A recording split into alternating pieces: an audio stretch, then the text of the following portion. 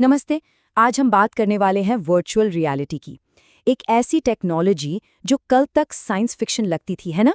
लेकिन इसके जड़ें, आप यकीन नहीं करेंगे, 100 साल से भी पुराने सपनों में हैं।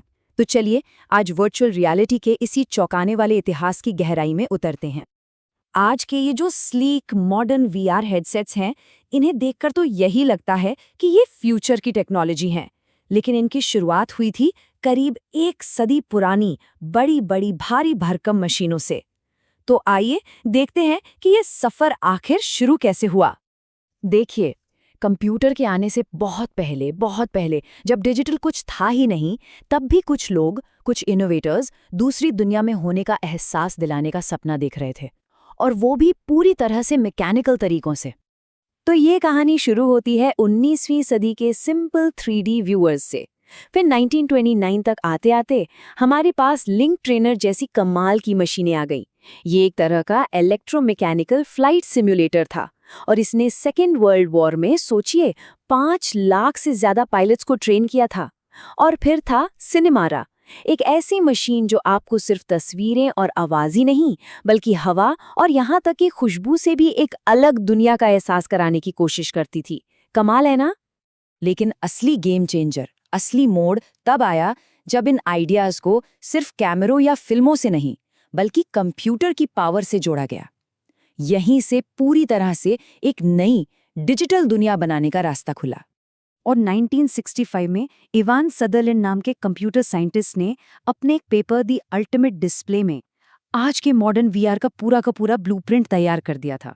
सोचिए, उन्होंने एक ऐसी दुनिया की कल्पना की जहां कंप्यूटर किसी भी चीज के होने या ना होने को कंट्रोल कर सकता है। यहाँ एक बहुत बड़ा बदलाव देखने को मिलता है। एक तरफ था हेडसाइट, जिसे कोई दूर बैठकर एक असली कैमरे की फुटेज देख सकता था, और दूसरी तरफ था सदरलैंड का स्वॉर्ड ऑफ डेमोक्लिस, जिसने पहली बार किसी को एक ऐसी दुनिया दिखाई जो पूरी तरह से कंप्यूटर से बनी थी। मतलब असली नहीं, बल्कि डिजिटल। तो 80 का दशक खत्म होते होते पर्सनल कंप्यूटर्स काफी पावरफुल हो गए थे, और इसी के साथ इस टेक्नोलॉजी को आखिरकार एक नाम मिल रहा था। ये आम लोगों के बीच चर्चा का विषय बन रही थी, और इसे लेकर एक जबरदस्त एक्साइटमेंट की लहर दौड़ गई थी। और वो नाम था वर्चुअल रियलिटी। इसे पॉपुलर बनाया जेरॉन लेनियर ने, जिनकी कंपनी वीपीएल रिसर्च ने दुनिया को पहले कंज्यूमर वीआर गॉगल्स और ग्लव्स बेचना शुरू किया। 90 के दशक की शुरुआत में तो जैसे वीआर का कल्चरल मूवमेंट आ गया था। ये हर जगह था, गेमिंग आर्केड्स में और द लॉन मोवर मैन जैसी हॉलीवुड फिल्मों में भी, जिसने लोगों के दिमाग में वीआर की एक अलग ही इमेज बना दी। लेकिन जितनी हाइप थी, टेक्नोलॉजी उतनी तैयार नहीं थी। सीधी सी बात है, उस जमाने के कंप्यूटर इतने पावरफुल थे ही नहीं। सेगा का वीआर हेडसेट, वो तो कभी रिलीज ही नहीं हुआ, कैंसिल हो गया। और निंटेंडो का वर्चुअल बॉय, वो तो अपने अजीब डिजाइन और सिर दर्द करने वाले रेड एंड ब्लैक ग्राफिक्स की वजह से एक बहुत बड़ी कमर्शियल फेलियर साबित हुआ। और 90 के दशक की इन बड़ी बड़ी नाकामियों ने कंज्यूमर वीआर के सपने को लगभग 20 सालों के लिए एक लंबी नींद में सुला दिया।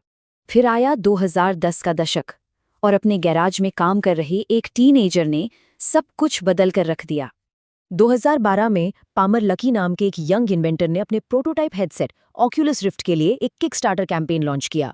और जानते हैं क्या हुआ? लोगों ने लगभग $2.5 मिलियन जुटा दिए।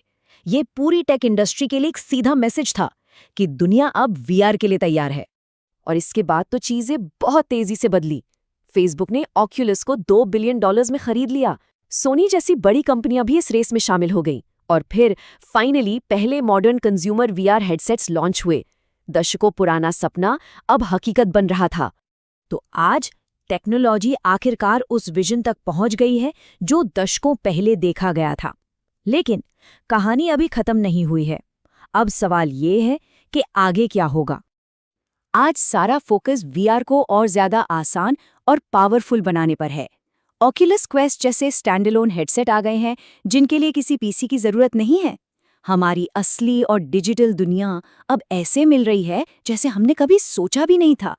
तो मैकेनिकल सिम्युलेटर से लेकर पूरी तरह से इमर्सिव डिजिटल दुनिया तक का ये जो सफ़र हमने देखा, ये वाकई कमाल का है।